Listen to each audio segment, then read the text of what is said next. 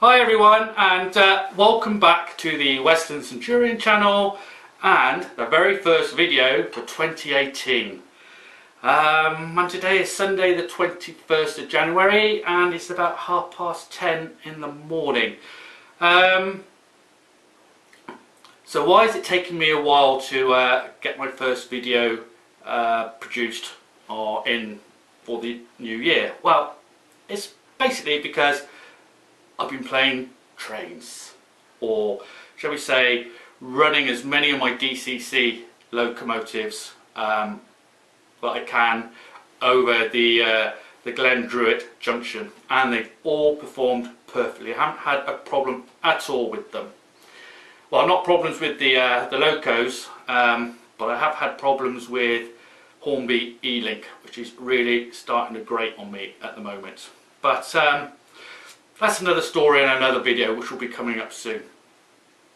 But what I've decided to do, what I'm going to try and do for this year, is the start of my videos I will try and give a shout out to one or two other YouTube channels.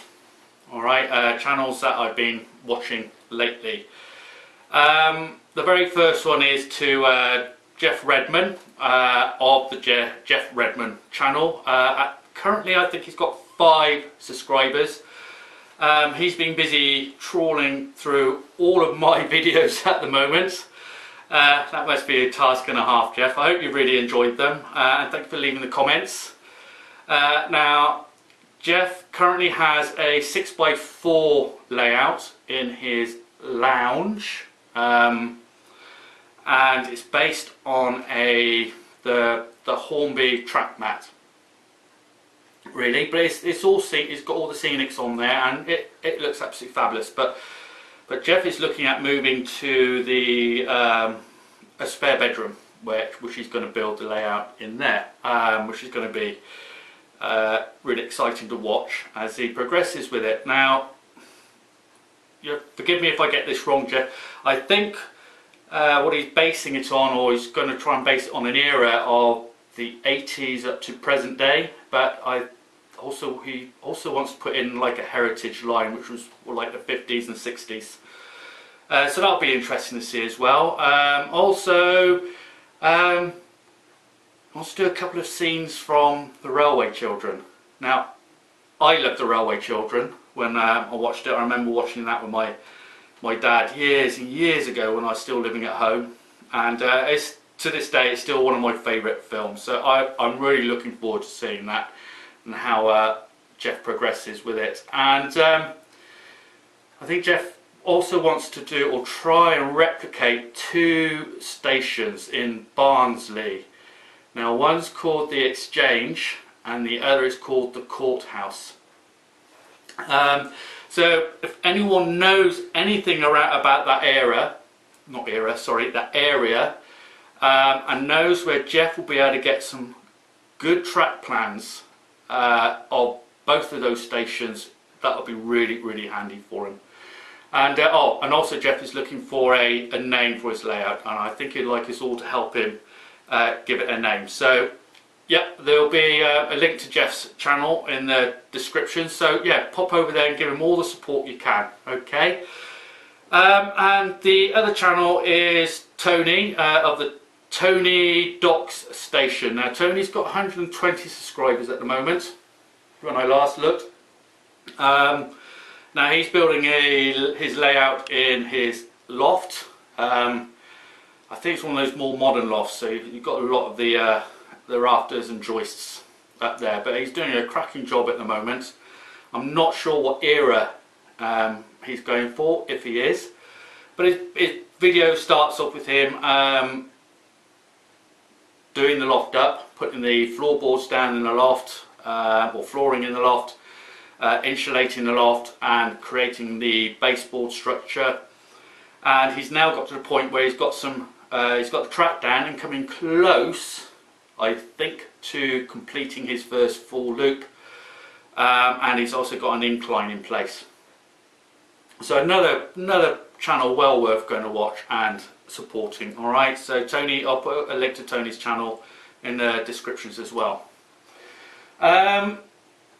And lastly, I've decided to try and keep my videos down to no more than 15 minutes. I hope I can do that with this one as well.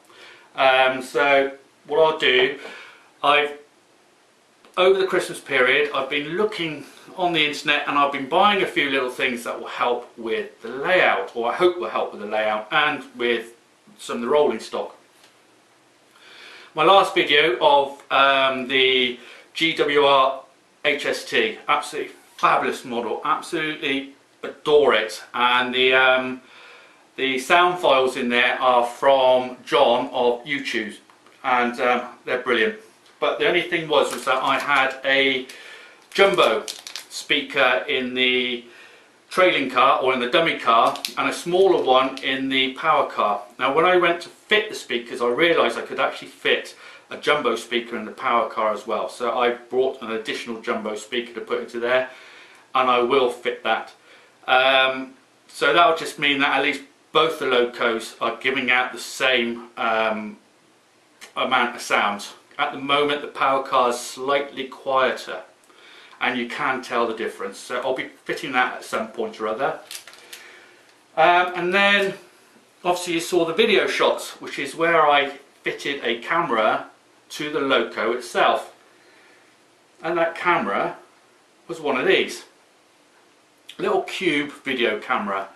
They're classed, they say they're 1080p, and in good light conditions the video quality is really good, but they're very sensitive to sound, and I actually had this mounted on top of the dummy car and right over where the speaker is, so that's why I had to edit the sound quite dramatically to try and get rid of a lot of the background noise, and there's quite a bit of hissing, but it did manage to work.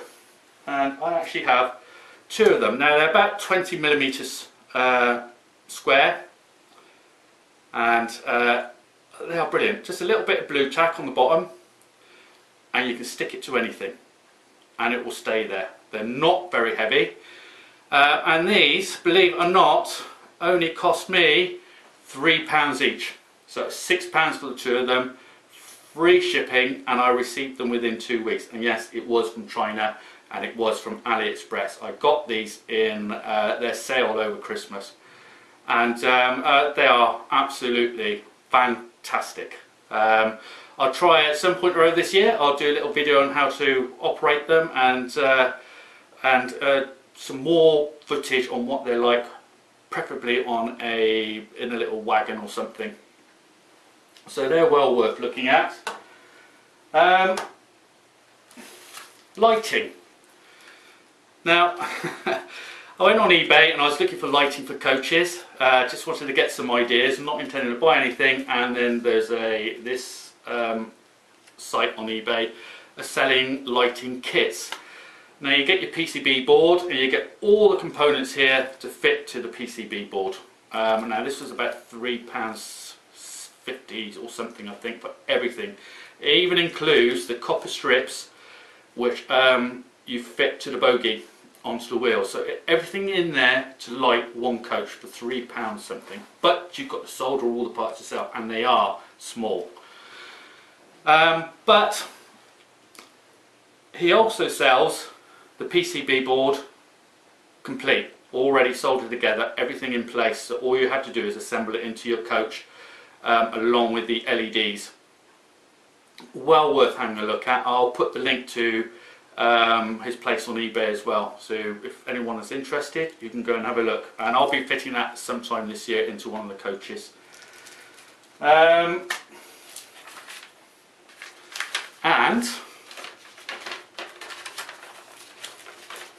on eBay I brought these. A bit hard to see what they are in there, but these are corridor bellows, or corridor connectors. These are for the HST. Now I've already fitted some to my 1980s HST, and they're absolutely fantastic job.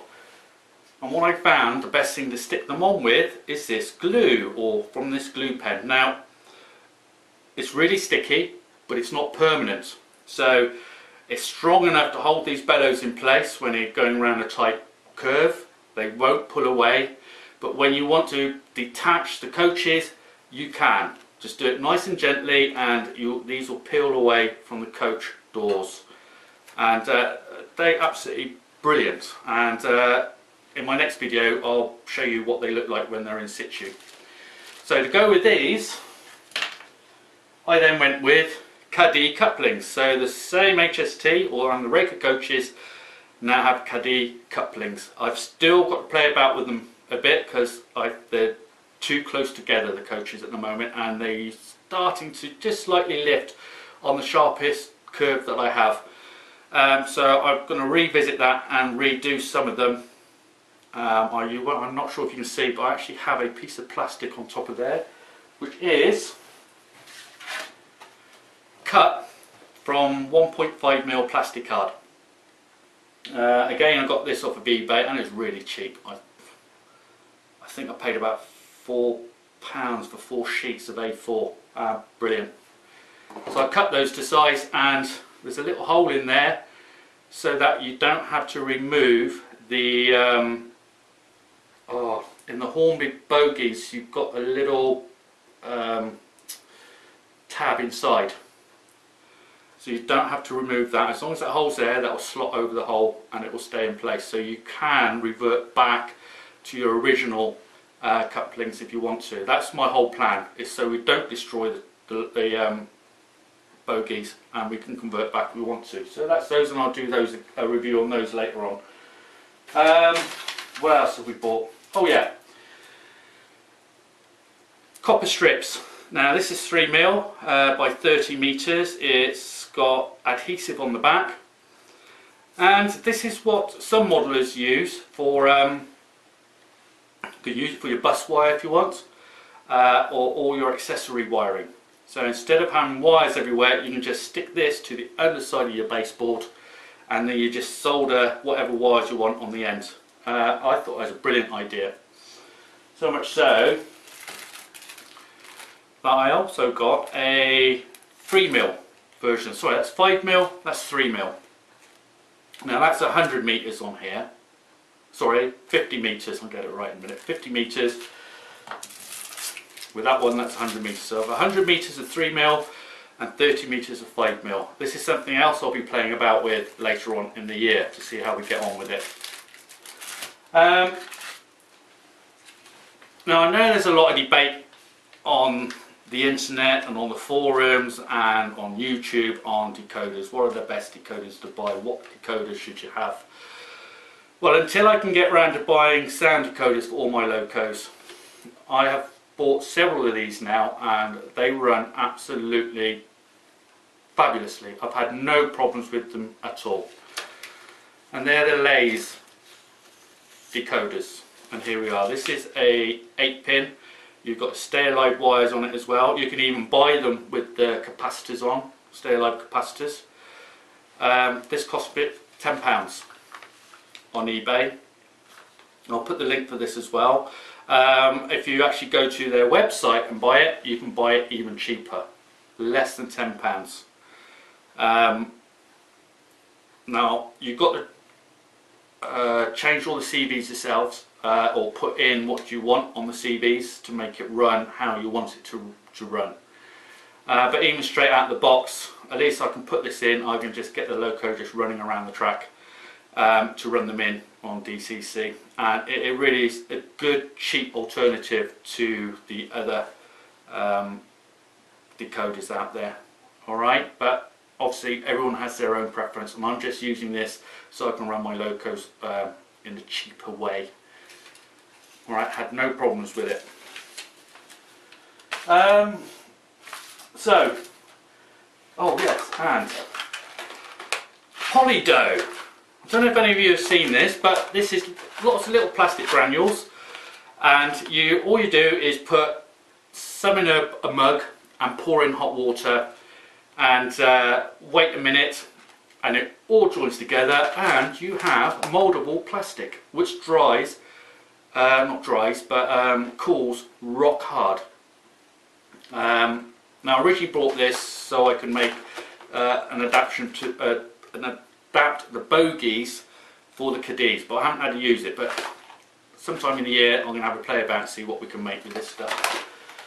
But so that's about it for this video. I'm going to make another video, and in that video